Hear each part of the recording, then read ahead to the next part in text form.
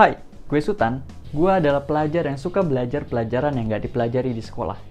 Dan selamat datang di Unlearned Lesson, di mana kita bakal ngebahas tentang hal-hal yang nggak kita pelajari di sekolah. Dan kali ini kita bakal ngebahas tentang cara membuat catatan keuangan dengan mudah.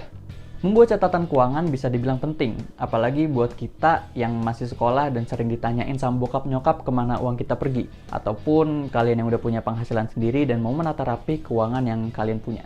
Jadi, ya, ini gue kasih salah satu contoh kalau misalnya kita nggak punya catatan keuangan. Ya, bayangin aja deh, misalnya kita lagi jajan di kafe, terus kita mau bayar gitu kan, Mbak, berapa harganya? 20.000. Oke, 20.000, kita ngeluarin dompet, pas lihat uangnya nggak ada. Padahal seingat kita masih ada 50.000 di dompet kita. Tapi mungkin kita nggak ingat kalau misalnya kemarin kita udah beliin 50.000 itu bakso. Jadi, ya itulah pentingnya catatan keuangan. Dan menurut gue, ada 3 poin penting yang harus kita terapin kalau misalnya kita mau buat catatan keuangan. Yang pertama adalah mau untuk mencatat keuangan. Yang kedua adalah komitmen dalam mencatat pengeluaran dan pemasukan kita di catatan yang telah kita buat. Dan yang ketiga adalah ada uangnya. Oke, sekarang ayo kita bikin catatan keuangan kita di Excel. Bukan Excel sih, kayak semacam Excel, tapi ya ayo kita ke sana. Oke, ayo kita bikin catatan keuangan. Yang paling kiri, yang paling atas kita tulis tanggal. Sebelahnya ada keterangan. Sebelahnya lagi ada debit, sebelahnya ada kredit, dan sebelahnya ada saldo. Oke, kita jelasin dulu.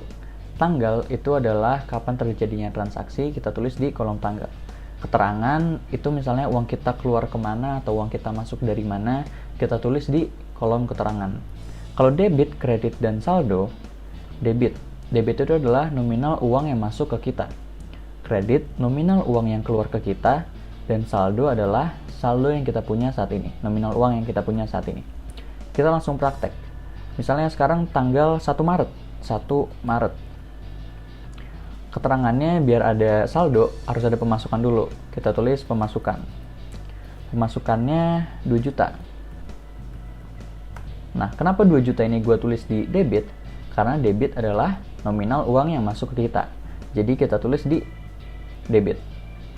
Berarti kita punya saldo sekarang 2 juta. Oke. Setelahnya, kalau misalnya udah kayak gini, kita langsung tulis rumus.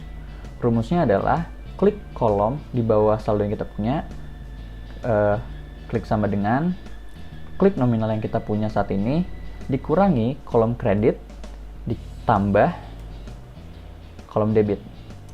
Posisinya ingat ya, ada gambaran kan? Terus klik enter. Misalnya udah kayak gini, kita langsung tarik ke bawah aja. Oke.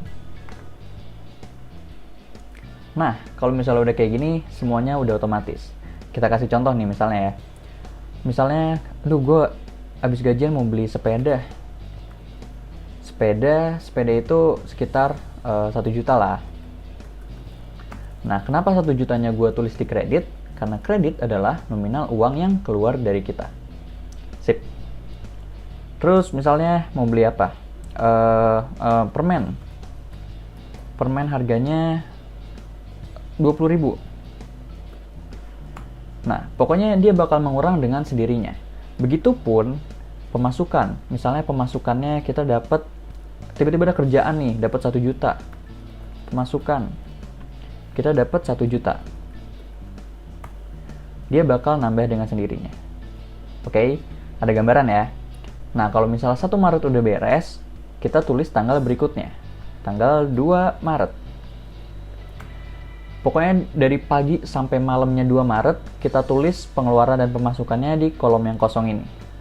Nah, nanti kalau misalnya ini udah habis, maksudnya pengeluaran udah sampai sini misalnya nih, ya udah tinggal tarik lagi aja ke bawah.